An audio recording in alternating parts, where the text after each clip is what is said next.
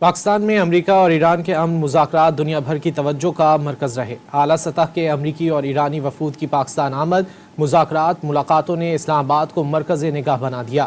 دفاعی تجزیہ کار کہتے ہیں کہ پاکستان کی ثالثی میں ایران امریکہ مذاکرات خوش آئند ہیں، تاہم فوری طور پر بڑے بریک تھرو کی امید نہیں کرنی چاہیے۔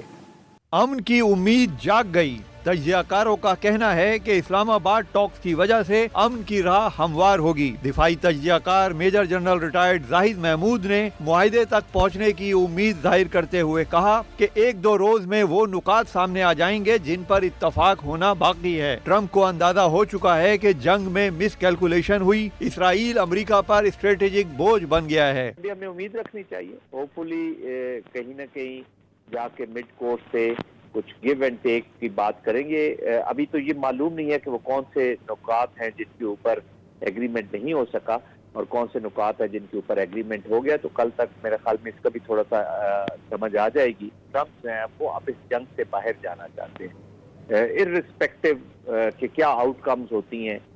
وہ سمجھتے ہیں کہ امریکہ جو ہے وہ اس جنگ میں آ کر انہیں ریئلائزیشن تو ہو چکی ہے کہ میں نے بہت بڑا ایک مس کیلکولیشن ہو چکا ہے آپ سے۔ امریکہ کے اندر تو یہ ایک لارجر سینس پائی جاتی ہے، یا ایٹ لیسٹ اتنی آوازیں عوام کے اندر بھی اور اوپینین میکر کے اندر بھی شروع ہو گئی ہیں اگینسٹ اسرائیل۔ ان کو اسرائیل کو وہ بھی ایک اسٹریٹجک برڈن کے طور پہ سمجھ رہے ہیں۔ دفاعی تجزیہ کار احمد سعید منہاس کہتے ہیں کہ برسوں بعد پاکستان نے ایران اور امریکہ کو مذاکرات کی ٹیبل پر بٹھایا۔ 21 گھنٹے طویل مذاکرات ہوئے، تاہم ایک دم سے ہر چیز پر اتفاق ممکن نہیں۔ لیکن یہ یاد رکھیں کہ یہ دہائیوں پر محیط آلموسٹ لائک 50 ایئرس اولڈ یہ تنازع ہے، اسپیشلی 1979 سے لے کے اب تک پہلی دفعہ پاکستان نے ان دونوں فریقین کو ٹیبل پر بٹھایا ہے، اور 21 گھنٹے کے طویل مذاکرات کے بعد، جس میں کہ جو ریوینس کے مطابق پریزیڈنٹ ٹرمپ کے ساتھ بھی وہ رابطے میں رہے اور سیریسنیس آف دی جو ایفرٹس تھیں یا افیئرس تھے وہ کرتے رہے۔ اب اس تناظر کے اندر دیکھا جائے تو میں سمجھتا ہوں کہ خاصی مثبت پیش رفت ہے۔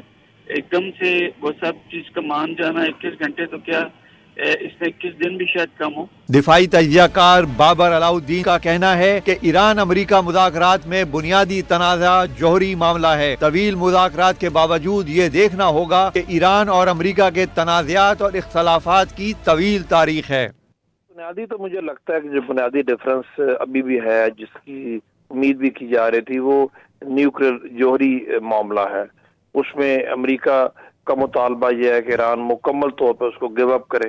ایران کا اس میں ڈفرینٹ پوائنٹ ہے۔ ایران کہتا ہے ہمیں پرامن مقاصد کے لیے جوہری جو ہمارا پروگرام ہے اس کو آگے بڑھانے کا ہمیں پورا حق حاصل ہے۔ 47 ایئرز کے بعد یہ دونوں فریق ایک دوسرے سے انہوں نے براہ راست بات چیت کی، لیکن ان کے درمیان ایک لمبی ہسٹری ہے اختلافات کی، ایشوز کی، اور اس وجہ سے یہ سوچ لینا کہ جی فوری طور پہ ڈیل ہو جائے گی، یہ کوئی ریئلسٹک اپروچ نہیں تھی۔ تجزیہ کاروں نے امید ظاہر کی کہ پاکستان کی امن کوششوں، کامیاب سفارتکاری اور اسلام آباد مذاکرات کی وجہ سے خطے اور دنیا میں امن ممکن ہو سکے گا۔